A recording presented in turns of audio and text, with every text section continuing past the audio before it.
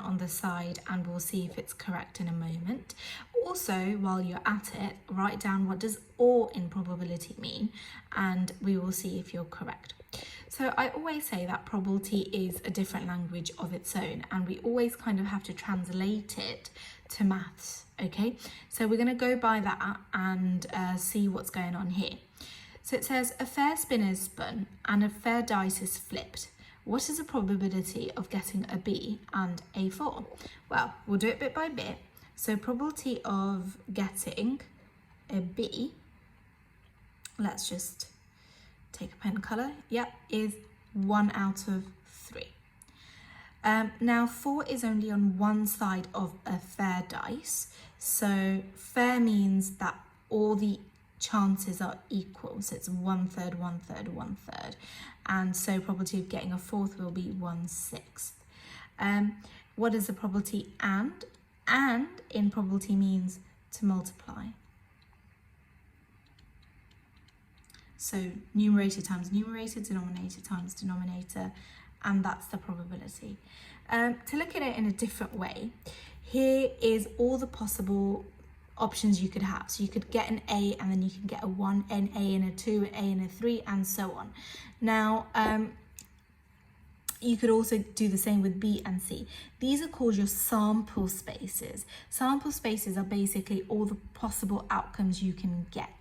However, a B and a 4, there's only one of them. So it's actually 1 out of 18. Now, let's move on to the OR rule. So probability that a football team will win their game is 0.4 and the chances that they draw is 0.26. Find the probability that they will win or they draw. So basically they won't lose. So they will win or draw. How am I going to do this? I will say winning is 0.4, draw is 0.26, or in probability, translate that to maths, means to add. Okay, so on my calculator, I will just do 0.4 plus 0.26, which is 33 out of 50, or 0.66. You can represent it as a fraction or as a decimal, it doesn't matter. But since the question is in decimals, I would give the answer in decimals as well. Now, there's another way of doing this as well. So it's basically saying, what is the probability that they will win or draw? Basically, they can win or draw, but they cannot lose, right? And those are only 3 things that could happen. So all you do is 1, so 1 is a total, minus the probability of them losing. And you would work that out by doing 0.4 plus 0.26 minus 1. But anyway, that could be another way of you thinking about a problem, but this is certainly the easiest way of doing it. So let's move on to a little bit of a harder problem now.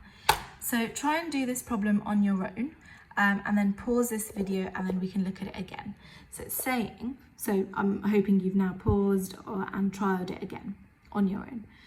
Matty sits a science and geography exam. Probability of him passing science is 0.7. Him passing geography is 0.4. What is the probability Matty passing both exams? Both exams. So let's have a look at A. So he passes science and geography. So that would be 0.7. Geography 0.4, and means to multiply. Again on my calculator, times 0.4, that is 0.28. You just had to translate, you had to know that passing both exam means S and G. Let's have a look at B. What's the probability that Matty will fail both exams?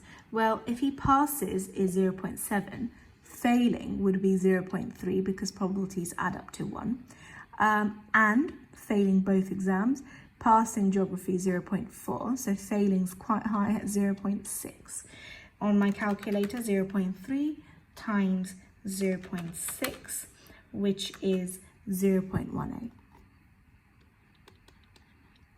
And lastly, let's have a look at C. What is the probability of Matty passing one exam only? Okay, so I might need a little bit more space for that. Let's see if I can get it. No, I can't. Okay, so I'm just going to be writing it here. So one exam, it means either he passes science and fails geography, or he fails science and passes geography. One exam only. So either he could pass science and fail geography, that way he's passing one exam, or he could fail science and pass geography, that way as well he is basically passing one exam.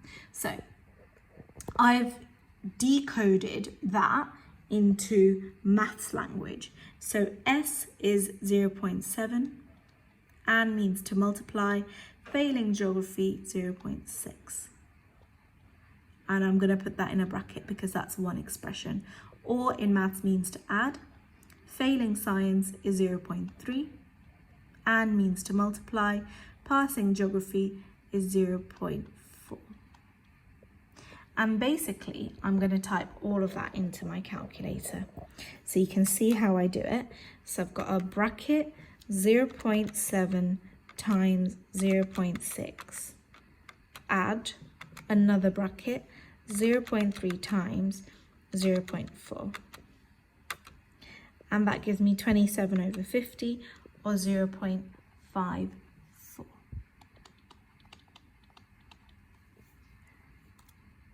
Okay, so that was that. I hope that helps.